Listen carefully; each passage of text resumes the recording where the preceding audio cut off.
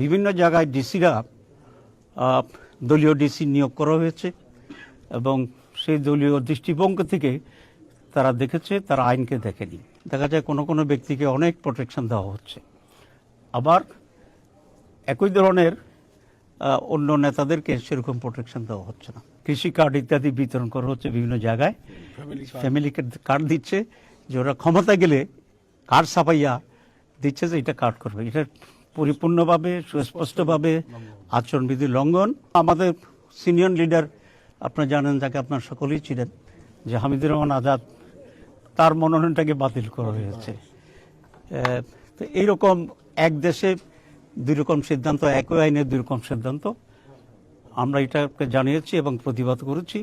আর এটার যে কারণটি সেটা হচ্ছে বিভিন্ন জায়গায় ডিসিরা দলীয় ডিসি নিয়োগ করা হয়েছে এবং সেই দলীয় দৃষ্টিভঙ্গি থেকে তারা দেখেছে, তারা আইনকে দেখেনি।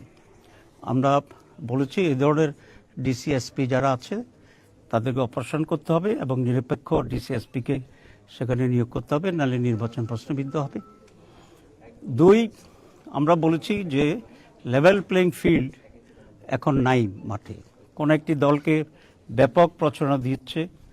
যেমন আজকে আমি তথ্য উপদেষ্টাকে আমি ফোন করেছিলাম যে আপনার টেলিভিশন তো এখনো মুসলমান হয় নাই, কারণ এটা নিরপেক্ষ হয়নি। এই জন্য উনি অনেকটা স্বীকার করেছেন, অসহায়ত্বের কথা বলেছেন।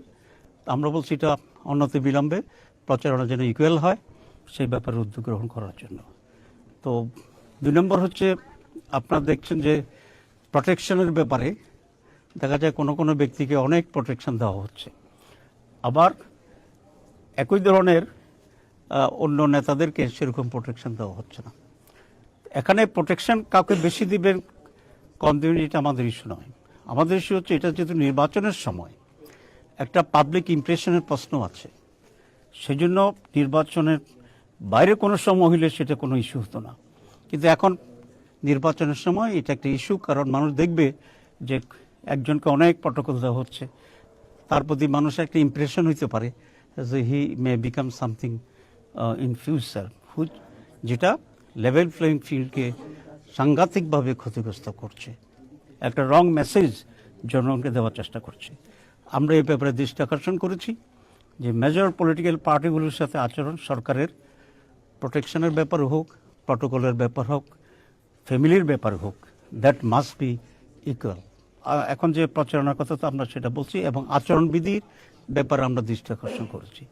একটি দলের পক্ষ থেকে ভিজিএফ কার্ড ইত্যাদি, কৃষি কার্ড ইত্যাদি বিতরণ করা হচ্ছে বিভিন্ন জায়গায়, ফ্যামিলি কার্ড দিচ্ছে যে ওরা ক্ষমতা গেলে কার্ড ছাপাইয়া দিচ্ছে যে এটা কার্ড করবে। এটা পরিপূর্ণভাবে সুস্পষ্টভাবে আচরণবিধি লঙ্ঘন। আমরা এটা দৃষ্টি আকর্ষণ করেছি এবং ইলেকশন কমিশন আশ্বস্ত করেছেন যে ধরনের ঘটনা হলে তারা ব্যবস্থা গ্রহণ করবেন, এবং সেই জন্য আমরা অপেক্ষায় আছি। আমির যেটা বলেছেন সেটা হচ্ছে নির্বাচনের পরেও রায় যেই হোক আমরা সবাই একে অন্যকে মেনে নেব রায়কে, যদি সুষ্ঠু নির্বাচন হয়। আর দেশ পরিচালনার ক্ষেত্রে আমাদের ভিতরে একটা আলোচনা থাকা উচিত, এবং আমরা পারস্পরিক কোঅপারেশনের ভিতরে দেশটাকে আমরা এগিয়ে নিয়ে যেতে চাই। না, আমি মনে করি যে হারে একেবারে খুব সিরিয়াস সুষ্ঠু হওয়া দরকার ছিল, সেরকম নির্বাচন আসলে বাংলাদেশে হয়নি। কিছুটা গ্রহণযোগ্য নির্বাচন ছিল 91 সালে, 2001 সালে। কারণ গ্রহণযোগ্যতার ইস্যুটা আর শতভাগ সুষ্ঠু হওয়ার ইস্যুটা একটু ডিফারেন্স থাকে, আমি সেটা মিন করতে চেয়েছি। আরপিও যারা ভায়োলেট করবে, যেমন কোনো কোনো নেতৃবৃন্দের সফরের নিউজ আমরা পাচ্ছি, তো সেখানে 19-21 তারিখের আগে তো ওইভাবে রাজনৈতিক সফর বা নিজের মার্কা নিয়ে সফর করার কোনো সুযোগ নাই। আমরা সব ব্যাপারেও দৃষ্টি আকর্ষণ করেছি। আমরা দেখি ইলেকশন কমিশন কি করে বা ওনারাই বা কি করে, লেট আস সি।